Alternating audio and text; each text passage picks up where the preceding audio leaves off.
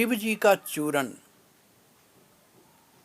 Written by Madan Mohan Tarun, read by Madan Mohan तरुण।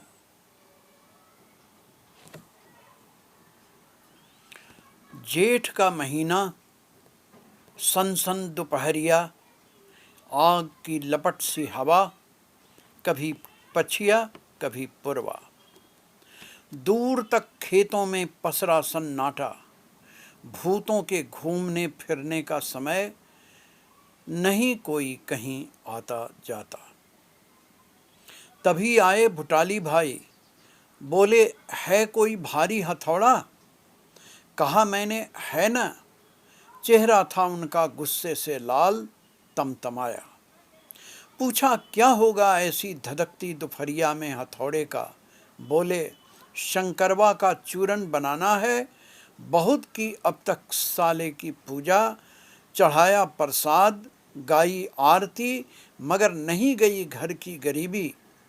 अपने साला घर घर में खाता है, रोज मोटाता जाता है, मगर हम लोगों को दाने दाने को तड़पाता है। आज मैं उसे खिलाऊंगा ऐसा, आज मैं उसे सिखाऊंगा ऐसा पाठ कि करेगा बाप बाप। फिर बोले नहीं है अभी बाबूजी और मैया, मैया गई नैहर, बाबूजी गए ससुराल। मौका अच्छा है, मैंने भी बांध लिया कच्चा है। सुनकर उनकी बात मजा आ गया।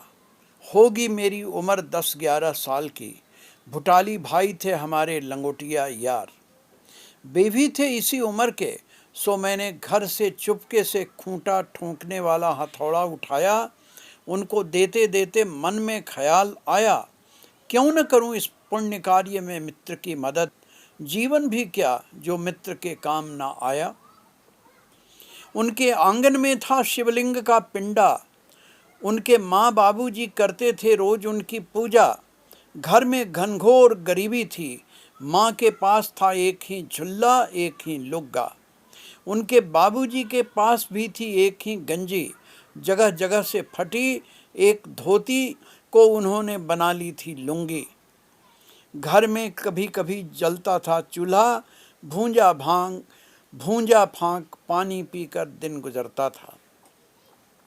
हथौड़ा लेकर हम पहुंच गए उनके आंगन में।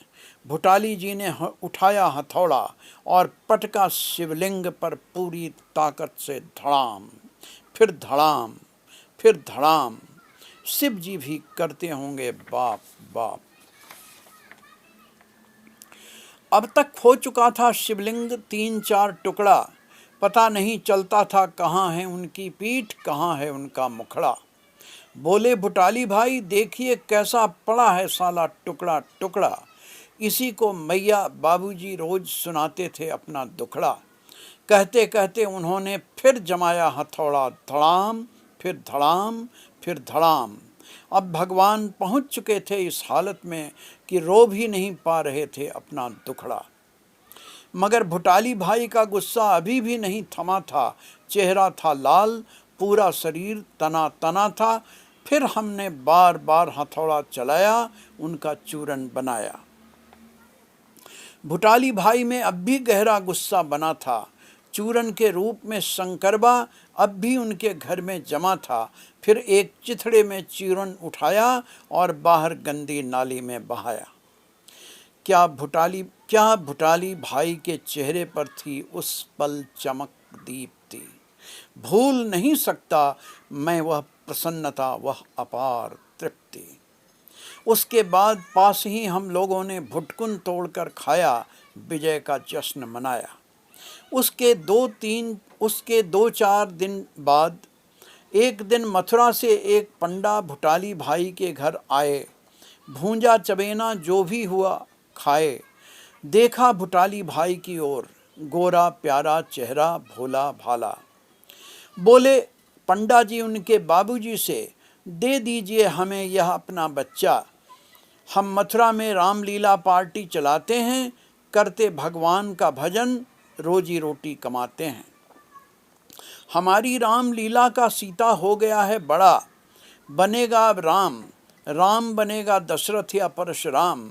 आपका बेटा सीता के रूप में खूब फबेगा, वही करेगा रोल, संस्कृत स्कूल में पढ़ेगा। भर पेट मिलेगा रोज भोजन, कपड़ा लत्ता, कुछ रुपया पैसा घर भी भेजेगा।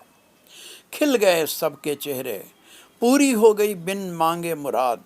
तैयार हो गए माँ बाबूजी, पंडा जी के पीछे पीछे चल दिए भुटाली जी। महीने भर बाद घर में आई खुशहाली, माँ को मिली नई साड़ी, बाबूजी को धोती। अगले महीने से रसोई में गदकने लगा भात, छौंकी जाने लगी तरकारी। शिवजी मतंगी हैं, भूतों के संगी हैं, स्मशान में भस्म रमाते हैं, सबसे अपने लिंग की पूजा करवाते हैं।